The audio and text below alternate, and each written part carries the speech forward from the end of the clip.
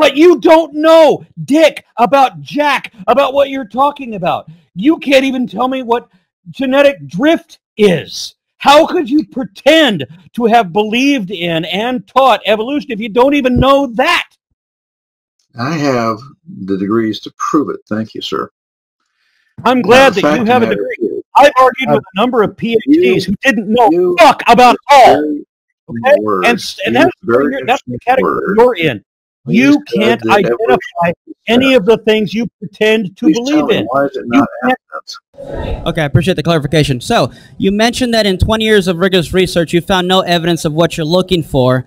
But then when Michael pressed you on naming just one scholar who defines the word faith in the way you put it, you couldn't name one. So my question is, could it be possible that your research is maybe flawed, biased, and even maybe dangerous to the pursuit of truth? I have conducted this experiment, as I explained, over and over and over and over again, having this exact conversation at least once a week for 20 years.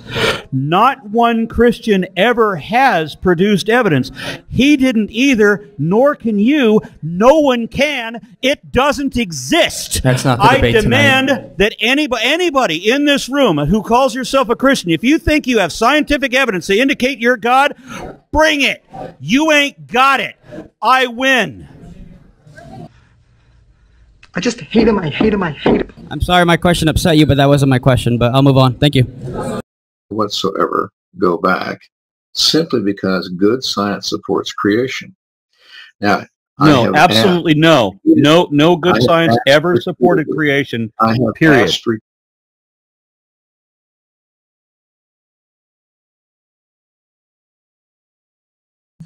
That's whether or not evolution has a sufficient mechanism to actually account for complex structures inside of the cell, specifically structures like the ATP synthase that has distinctive patterns that we know only come from intelligent agents.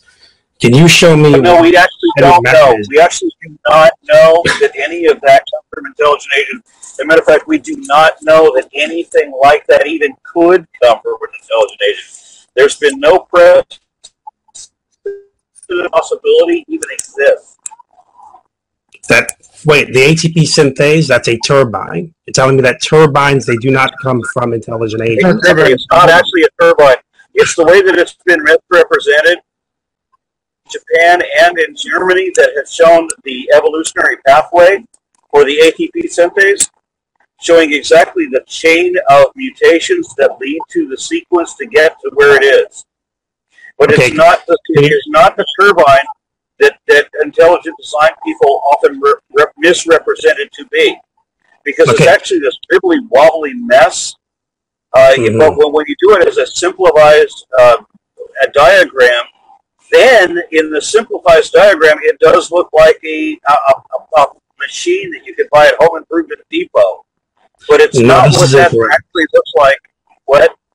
This is incorrect. Can you explain to me what the overall properties of a turbine are?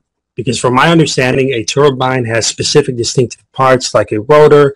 It's intended right, it actually doesn't have any of that. It's an energy utilization system. For example, you'll have Pelton turbines or steam turbines that might use... Right, the ATP synthase is a parallel of that, but it is actually not that.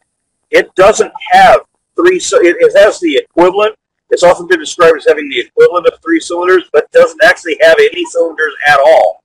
It actually is not a turbine in any sense, literally, at all. Okay, all I'm hearing is a lot of denial.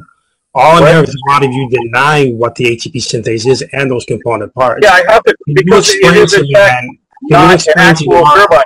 Can you explain to me the proteolipid, for example? It certainly is not a multi-cylindrical turbine. Can you explain to me the proteolipid then? Can you explain to me a proteolipid, what the proteolipid does on the ATP synthase? I don't know what the proteolipid is. As I said, I went through the peer-reviewed journals from both Japan and Germany showing the metabolic pathway and the series of mutations leading to that. Sir, I'm not saying this to be disrespectful. I'm not saying this to be disrespectful, but you're making ignorant statements right now.